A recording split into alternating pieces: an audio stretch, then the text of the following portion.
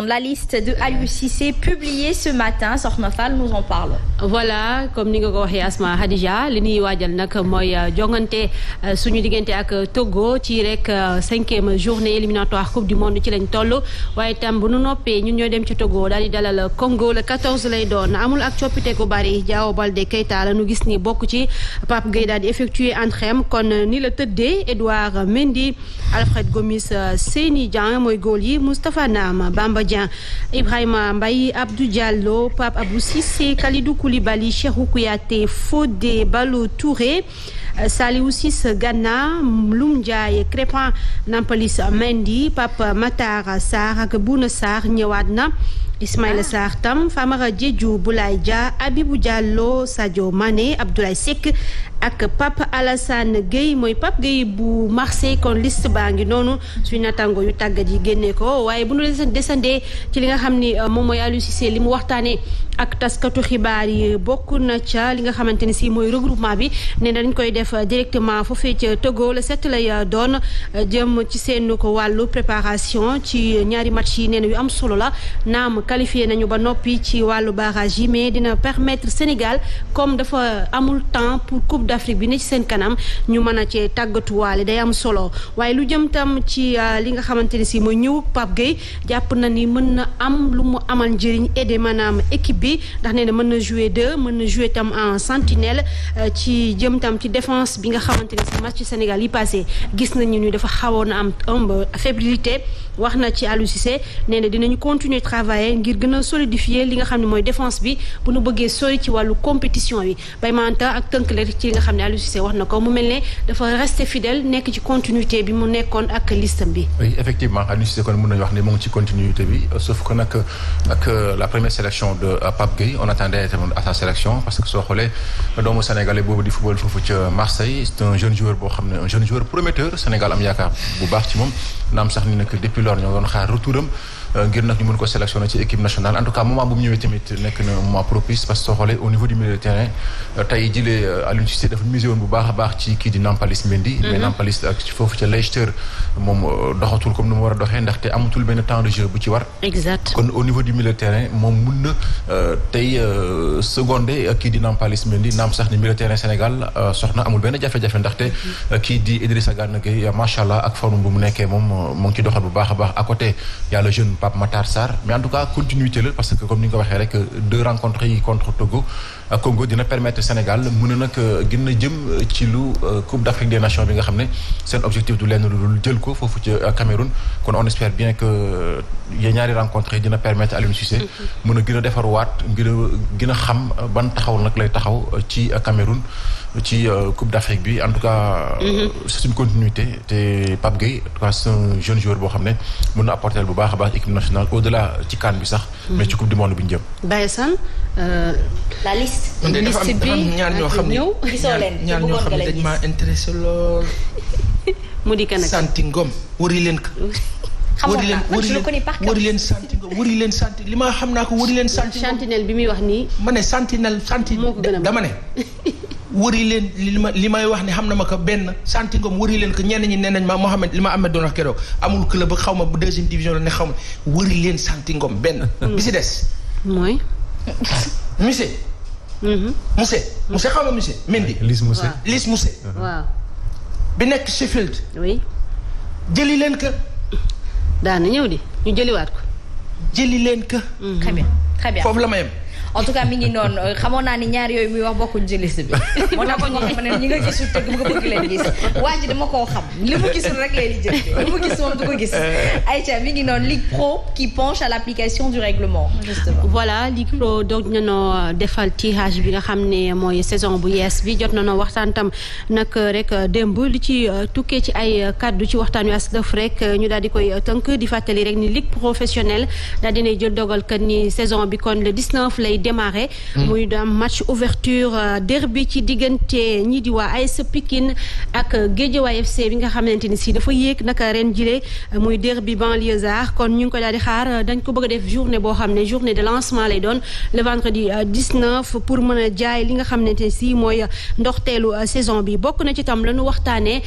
ci règlement la bokkoon sax ñu war ko mën a appliquer maanaam coach yi dañoo war a am ñi coach équipe bi di toog ci banc yi am li nga xamante ni si mooy licence B bi mu nekk synonyme deuxième degré tey jii dinañ notifier club yi nga xamante ne si joxewuñ ko ba mu mat ñu daal koy xamee noonu waaye tam bëgg nañu li nga xamante ne si ligue professionnelle club yi bu ñu signé contrat ak joueurs yi ñu indi copie bi au niveau de la ligue ñoom sur la demande du joueur mu ñëw jël si ko foofee ñu defal ko décharge ñu garder benn copie bi loolooy permettre xëy na jafe-jafe yu bari dootuñu ko am ci wàll wu ni mel waaye am na ay sanctions tam yu ñuy teg ci joueurs yi nga xamante ne si dañuy signé ñaari contrat jëm ci wàll wu ni mel lu jëm tam ci schéma d'organisation match yi club yi dañ leen exiger ñu di ko def di ko jox club bi ñuy recevoir ngir bu ñu ñëwee xam fu seen bus du gaare bu ñu ñëwee xam ban tribune la ñuy jël xam yan versaire la ñuy jël day am solo avancé lay doon ci wàllu woowu waaye itam coupe de la ligue ñu tolloon ci quart de finale yi annulé nañ ko pour cette saison kon du ñu ko àggalee ndax du ñu am temps bi xëy na mën a def lu ni mel en tout cas bëri na lu ñu ci mën a waxtaan jëm ci ligue professionnelle bi danañ ci gën a yaatu Asma Khadija. incha allah rabbi beach soccer bu ci la ñuy àddu waxtaanee li nga xamante ni moom mooy suñu gaynde yooyu noonu ils ont été battus hier en demi-finale. Oh. Non c'était un match de poule. mooy doon troisième journée bi mais fekkoon na gaynde yu Sénégal yi qualifié ba nokk ci wàllu demi-finale tiro bi moo dox seen diggante ak pays hôte bi di Émirats Arabes Unis li ko waral nag Manta mel ne ci suba déglu nga Ngalla Sylla mu wax ni dafa am ak coppite goo xam ne moom moo ko indi jëloon engagement xëy na am na lu ñu doon xool nga gën koo leeral rek ci tënk. oui en tout cas Ngalla daal gannaaw bañ jox ak moom nag indi na ay leeral jëmale nag ci boobu la défaite parce que dafa am beneen système de jeu boo xam ne moom ko doon nag jéem a essayé seen diggante ak Émirats Arabes Unis naam sax ni Sénégal jotoon naa qualifié mais ba mu demee ba ci biir gis na ne nag li ni mel am na nag ay jafe-jafe ci yenn ci ay joueurs yoo xam ne peut-être amuñ capacité technique boo xam ne dina leen mën a permettre ngir ñu mën a jëm ci boobu le système en tout cas lu ci mën di am daal tey gis na ne seen diggante ak Iran dina nekk match bu am solo ndaxte Iran bu ñu fàttalikoo moom ak Sénégal jotoon nañu laale Iran sax moo ko jotoon daan ci nekk naam Iran coupe du monde bi ñu mujjee dem bokk ci waaye nag ci classement bu mujj bi ci troisième position bi la nekkoon kon tey jii am nañu yaakaar ne équipe nationale bu Sénégal naam seen objectif atteindre nañ ko parce que Ngalla bu mu doon jógee fii nii bi nag mooy premier tournoi bu intercontinental bu Dubaï mais objectif bi c'était mu accéder au niveau du carré d'as mais en tout cas comme on dit rek l'appétit vient en mangeant on espère bien que tey ba ñu ñàkkee ci coupe du monde bi war na mën a nag am taxawaay gu mucc ayib ci biir de compétition ngir tamit jël ko pour une première parce que Sénégal tey jëlee bu ñu wax ci wàllum beach soccer kenn mënatu ko nag éliminer bokk na tamit ci les meilleures nations ci wàllum beach soccer parce que ci boobu la trophée sax ci boobu la dans le monde kon ci tournoi bi sax ci la ñu fas yéene décerner meilleur gardien ndax rek kii di Alcine Ndiaye bokk na ci il est finaliste même les finalistes Ngalla Sylla tamit taboon nañ ko mu bokk ci meilleurs joueurs yi ak yeneen joueurs yi bokk ci meilleur entraîneur. C'est bien, le beach soccer prend de plus en plus d'ampleur, s'installe encore mieux, c'est très bien. te tournoi bi les 8 meilleures équipes du monde lañ fa daal di woo Sénégal dañ ko fa invité. voilà ñu wéyal rek programme du jour. programme bi kon Sénégal dina daje ak Iran mi nga xam ne mooy détenteur trophée bi 2018 moo ko daal di jëloon ci noonu Russie ak Portugal Émirats Arabes Unis moom ak Japon lay doon lu ko jiitu ñii di waa Paraguay kon dinañu war a daje ñii di waa Espagne loolee moom mooy li nga xam ne moom mooy affiche yu Mam Sidi wan ma affiche bi. li nga xam ne mooy jëm ci wàllu demi-finale bi ñu wéy la sama. waaw Aïcha. mi ngi noonu affiche baa ngi noonu. voilà mi ngi noonu. kon programme baa ngi noonu ñu wéy. allez tournoi CEDEAO le Sénégal en finale. Sénégal waaw démb lañu ko door foofu ci arène nationale bi ci noonu digganteem ak Niger lay daal di doon muy doon finale par équipe du tournoi de lutte africaine jëm ci communauté économique des États de l'Afrique de l'Ouest CEDEAO bi nga xamante ni si kon ñanga ca Sénégal dominé poule A bi am 6 points ci kanamu Gambie am 3 points Côte d'Ivoire amagul poñ protégé waa Ambroise Sarr yi ñii di waa Burkina lañu daan ci wàllu demi-finale bi 5-0 Sénégal nag Asma Khadija xam nga ni ràññee nañ ko bu baax ci li nga xam ne moo jëm ci wàllu lutte bi bu ni mel dafa daal di teg ndawal 5 majeurs sénégalais kon mooy Boy Faye 120 kilos ordinateur 100 Gandia Fama 86 Ngor Ñàkk 76 ak Moussa Ndiaye 66 kilos Sénégal nag day défendre titre am à domicile mu bëgg a am 100% ci wàllu équipe waaye tam ci wàllu individuel. mi nga ko ñu waxtaanee basketball suite tournoi monté. voilà naka démb nag amaloon nañu 4e journée tournoi monté bi nga wax noonu Asma Khadija kon tey dinañu ko daal di wéyal am na match yoo xam ne sax jot nañoo da am jongante nañu ñii di waa Disso ñoo daan léegi rek ñii di waa UADB ci 71 à 58 ci mi-temps bi nag Kaffrine Basket Club moom UCAD Basket Club moo ko mëne woon 39 à 26 kon ci jamono ji may àddoo ñu ngi wéyal lu jëm ci jongante yooyee nga xam ni moo war a définir ñi war a monter ci élite bi. mi nga ko handball la ñuy waxtaanee le stage des Lions se poursuit toujours handball aussi continue de bien s'installer comme le beach soccer. c'est ça mi nga avec xëy na gagné wuñ ci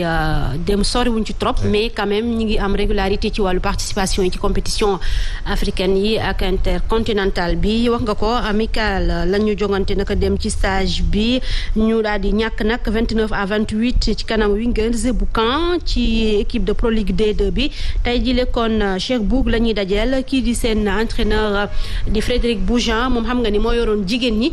def ay campagne après la ñu ko bàyyi mu dikkaat ci góor ñi loolee day firndeel di rek dañoo dikk pour yëkkati lu jëm ci wàllu handball bi ci wàllu góor ñi pamante mu mel ne choix bi ñu def dañoo am yaakaar ci ko xam ne liggéey nañ ak moom mu mën a fexe ba ni ma ko waxee sànq suqaliwaat un peu handball bi ci góor ñi. oui soo xoolee Frédéric Bourgeon comme ni ñu ko waxee daanaka soo xoolee équipe nationale féminine bi amaloon na ci nag campagne bu am solo ndaxte soo xoolee avant dernière CAN bu Sénégal demoon na sax Sénégal dem na ba final malheureusement CAN bu mujj bi Sénégal ci nag quart de finale bi la ko gars yi éliminé woon mais liggéey bu am solo bu mu def jëm ci wàllum jigéen ñi ndaxte soo xoolee am na nag ay binationaux yu bëri moom moo leen indi fii ci Sénégal permettre Sénégal ci wàllum jigéen ñi amaat taxawaay bu am solo ci Afrique loolu moo tax fédération bi nga xam ne kii di Seydou Diouf moo ko jiite. ñoom ñu wëyal ci continuité naam sax ni comme projet bu ñu bëggoon ak jigéen ñi matal nañ ko ba pare xëy na continuité lay doon léegi nag góor ñi moo des ngir nañu ji ma xool nan la ñu gën a yëkkatiwaatee handball bu Sénégal soxna di ñëwaat rek par rapport ak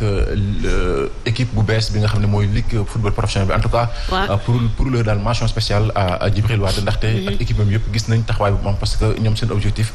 du lenn lu dul nag rendre beaucoup plus attractif le championnat sénégalais. parce que xam naa ne Paasan moom xam na ci dara ndax say jamonoy Jeanne d'Arc ak Jaraaf bokkoon na ci loo xam ne doon jaay championnat bi. mais ces temps yi gis nañ ne année yu wees yu yëpp championnat bi amoon na ay jafe-jafe mais tey bu ñu indee derby Pikine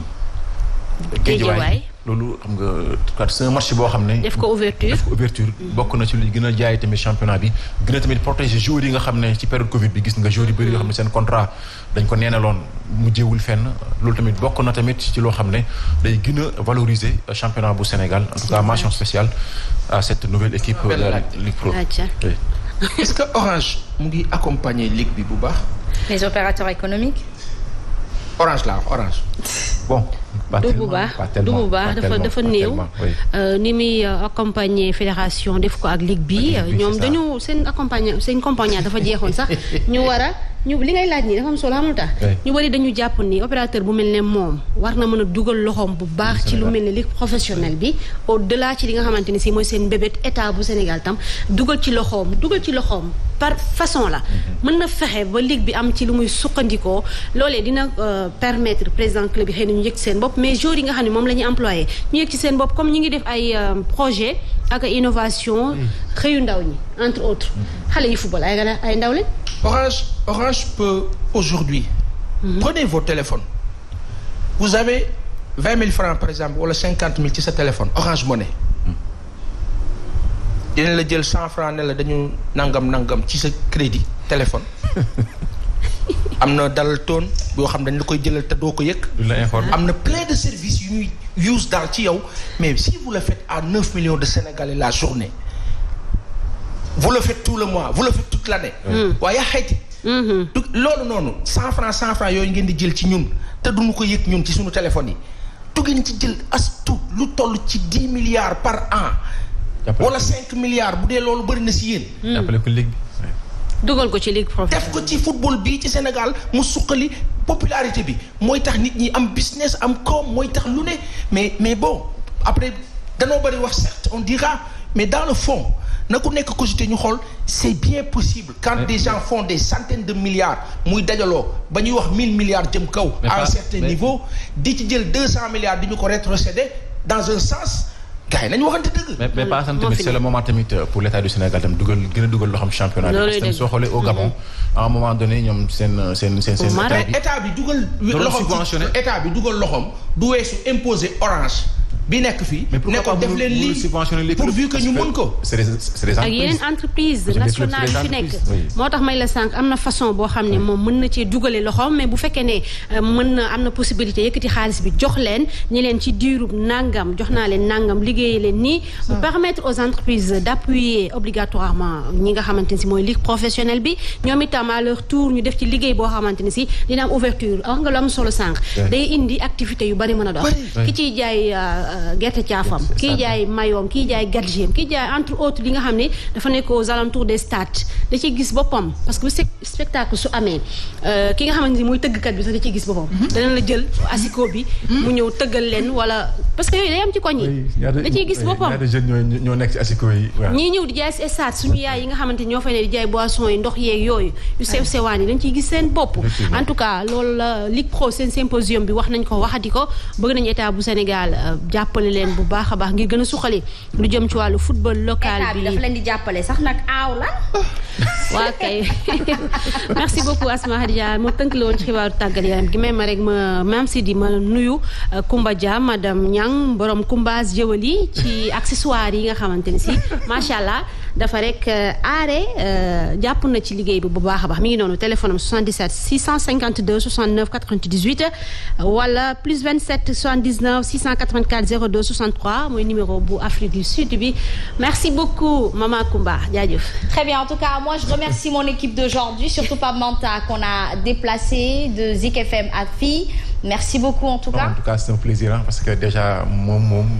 duma wéy di ko gërëm quoi. parce que dëgg la nit ku baax la dafa nekk koo xam ne dafa sax loolu sama xol. waaw soxna moom waaw yàlla xam na li may wax. te macha allah en tout cas Paasan yow tamit di la remercier bu baax a baax. gis nañ taxawaay bi. Asma autant pour moi ak Bakary ak Mame Sidi di leen jaajëfal bu baax a baax. en tout cas ça a été un plaisir. di remercier nag toute ma famille ak nag ma nièce Fatima. Aïcha merci beaucoup Baye merci. Sénégal ñoo far yow. lu mënta xew. ñoo far ñu ni ne la. lu mën a xew rek nanu xam ni. élection yi ñu def ko ci jàmm. Coupe d'Afrique baa ngi ñëw ñu ñaanal réew mi. ñu jël indi étoile. ak lu mën a xew Sénégal ñoo far. Sénégal ñoo sonn nag ñu jël coupe. ñu gis ñu waxtaan ñu jël coupe. man de jaral na ma ko. jaral na leen ko jaral na ko sénégalais itam jaral ko waa régie maa ngi leen di gërëm bu baax a baax kii di anniversaire nag mi ngi tudd Ndeye Dieynaba madame Cissé. moom borom këram ci kër gi la newoon jamono ji nag mi ngi ca tugal yal na yàlla gën leen jubale. gën leen boole macha allah jabaru Basiru la bas. Kii mooy soxnaam. kon mi ngi noonu madame Cissé. happy birthday for you yal na doon sa biddéew ci ren gi yal na nga tàkk ba faw te yàlla lafal la cat. yal na yàlla jox la lu bëri ba lu sut sa njot waaye yal na ko yàlla garanti laata mu yegg ci yow. amiin yaa rabbi jigéen moom buy sëy moom dañ koy ñaanal yàlla bàyyi ko ak borom kër. bu ko defee mu koy toppatoo. di ko nabb nabbe di ko ayone madame Touré léegi naa ko yemale foofu rek. waaw ay ca mi ngi doon en tout cas madame Cissé mii moom la ñuy waxal moom nag dañ ko dénk monsieur Cissé mu baax mi nekkoon ci kër gi. dëgg la Basiru waaw defu fi waxu fi lu ñaaw luñ koy xeebe de. ñoo liggéeyandoo dëgg neexul te muy dëgg nag xale bu baax bu nangoo liggéey ñàkk tedd rek lay dundee. borom yaay ju baax jak sëram bu baax boobu xam naa leen de. waaw ñooñu xam naa leen bu baax borom Italia. borom Italia ak yaa leen xam nag mi ngi noonu en tout cas Ndeye Dieynaba happy birthday to you de la part de toute l'équipe de Subatel précisément de Bakary Banora ndaxte moom moo doon waxtaan ak borom këram tey suba mu ne ko dinaa souhaiter sama jabar ji joyeux anniversaire kon nag ñun dañuy def rek di yëkkati seen baat ci kaw macha allah mi ngook Mame Sidi Diop happy birthday to you Madame Cissé happy birthday to you. Happy birthday to you, Madame Cissé. Besou aussi, mon lait. Bah, ça dit la adore quand je chante et je charme en chantant, tu vois. Je dis ouais, je peux m'emmener au studio. Elle est là. Aïcha kii di El Hadj mu ne salama Asma sama mbokk taalibe maa ngi lay ziar Baye Boy noo def. mi ngi noonu mbaa yaa ngi waajal ziyaaru xalifa bi fii Ndakaaru. El Hadj Nadi Dieng. El Hadj Nadi Dieng. moo ñuy wax ne dafa am communiqué bu seen o génne ne ndox dana ñàkk ñetti fan. amatuñ temps. ñetti fan. nguur gi ndox. Aïcha mi ngi noonu merci beaucoup en tout cas. ki nga xamante ni moom moo di Anta la tigresse gis ngeen ni saa yu génnee ci man gën madame Ngom yooyu tamit yàlla na sa ngelaw neex. njaay mi yàlla na gën a barkeel yàlla wéral sa loxo. bu ko defee rek képp ku bëgg yére bii.